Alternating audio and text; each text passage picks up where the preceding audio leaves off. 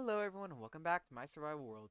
Today we're going to be going over all the changes that I've made in this world, and then I'm going to let you guys see my process on how I make snapshots. What is a snapshot, you may ask? Well, watch and you'll find out. Anyway, with that said, we are going to get right into it. Okay guys, so for this first change, I just need you to think back on the last episode and try to remember what I mentioned I wanted to do next.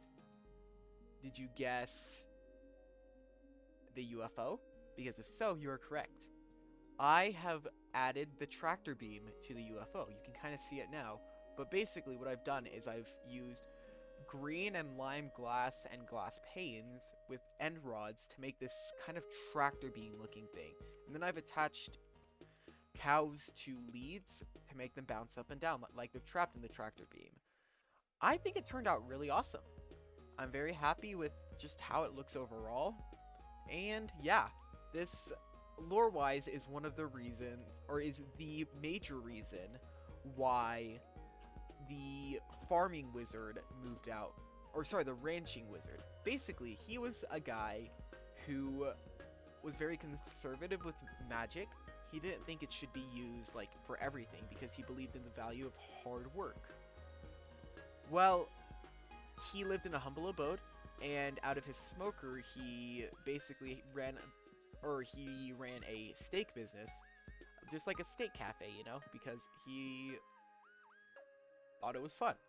He didn't need it anymore because, you know, people had honey technology, and that included honey food, but he still liked his good old-fashioned steaks, as he should. But then, you notice there's like a little pathway here that's been opened up. You might be wondering, what is that about? Well, I've started a new building. This is going to be really important later, but basically it's the Lorebrary. What this library is where all the lore of this world is contained.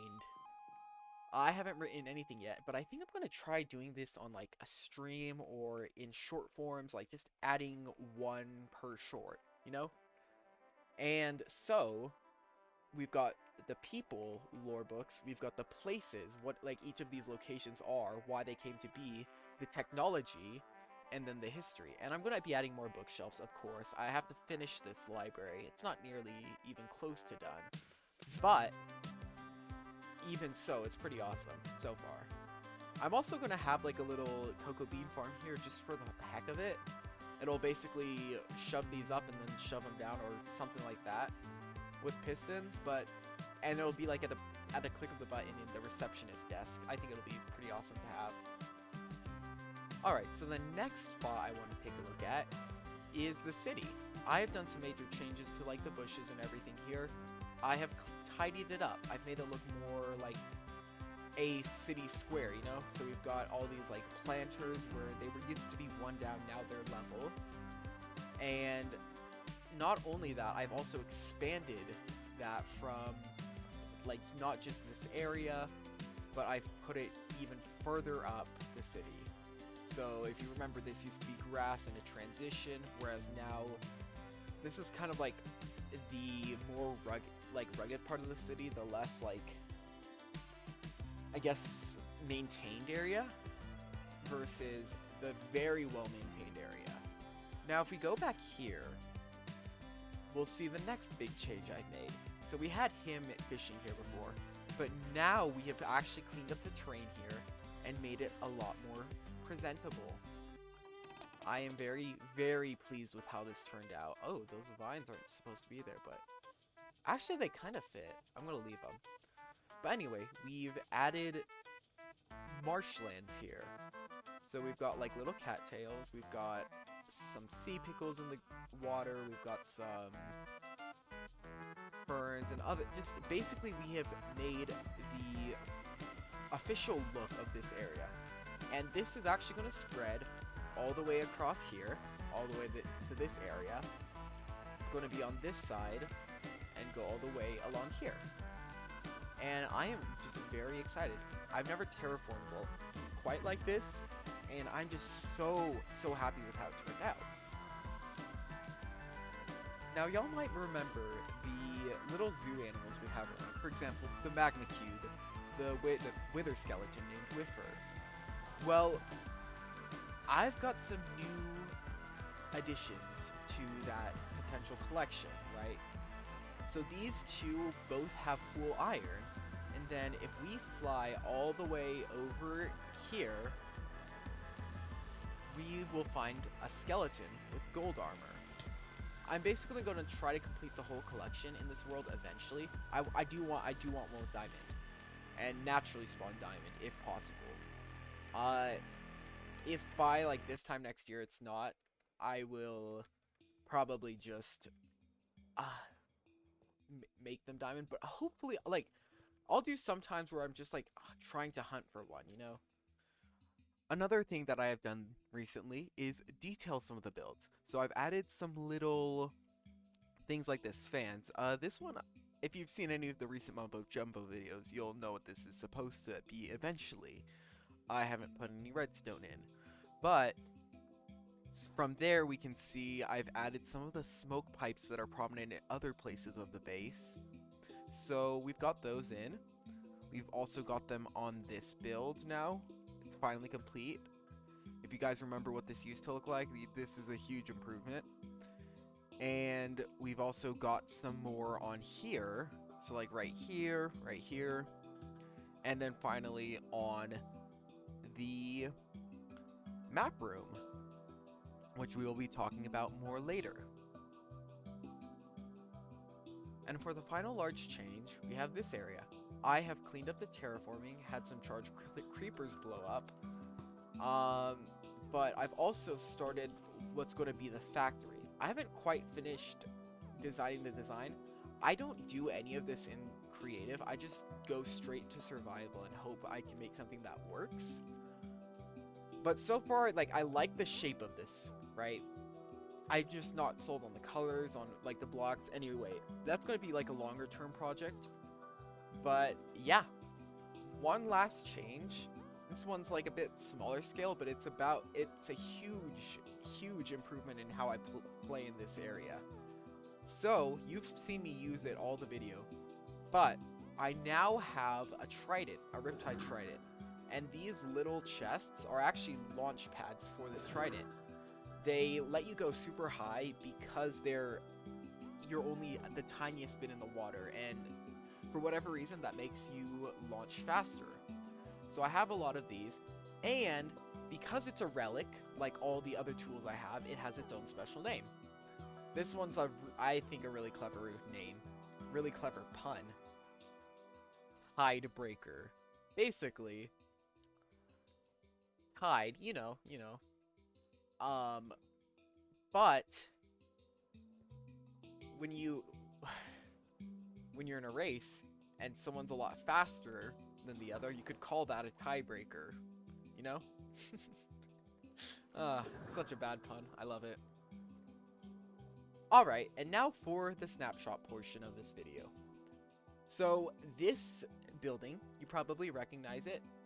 It is the map building. And so what we do here is pretty simple. What this room is for is to make snapshots. To start, what I need to do is put my... Actually, this was on. I just took it off for the video. I need to put my hotbar the way it is, right? I leave that there. I'm now done. Actually, I will be taking the trident and putting it back there, so help me remember that.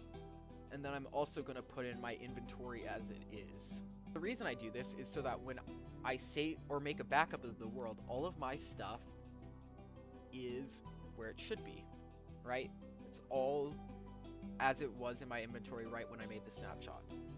So what we're going to need to do is get some more banners because we have new locations. Okay, so I'm gonna spread them out like this. Okay, and so once we've done that, we go around to each of the areas, That's wonderful. I like it. Okay, so large home. Alright, so now that we've got all of the banners placed, what we want to do next is grab all of... Ooh, no. We want to grab all of these maps, right? In order. That's a little out of order. It's okay. And then what I'm going to want to do is fly around to each of these locations, right? The thing that we really are trying to do is add all of these locations to the maps, right? So that... Ooh, I missed. There we go. Alright, so now we've got that done. So we're going to put all the maps back in. So we've got this one. And this one is down here, I believe, yep. Then over here, we've got spawn. Then we've got this. Here. No, not there. There.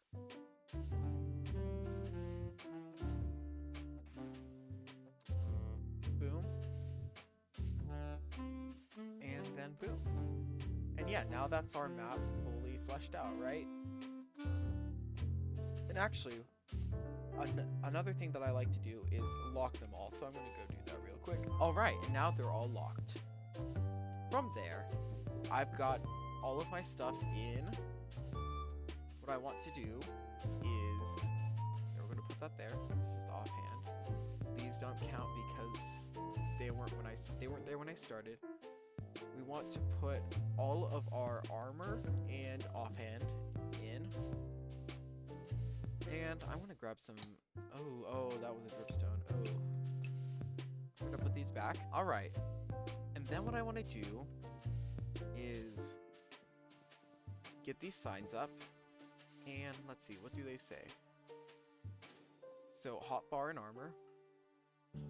Then, of course, light it up. And then in this one, I believe it's my inventory and then XP. I actually died in between clips, so I jumped on a stalactite while having no armor, and yeah, kind of embarrassing.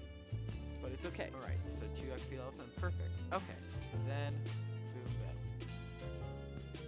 Then, the final part is writing this book. So, I'm going to do that real quick, and then explain what it has in it exactly. Alright, now we have the book. If you guys want to read it, just pause and read what we've got.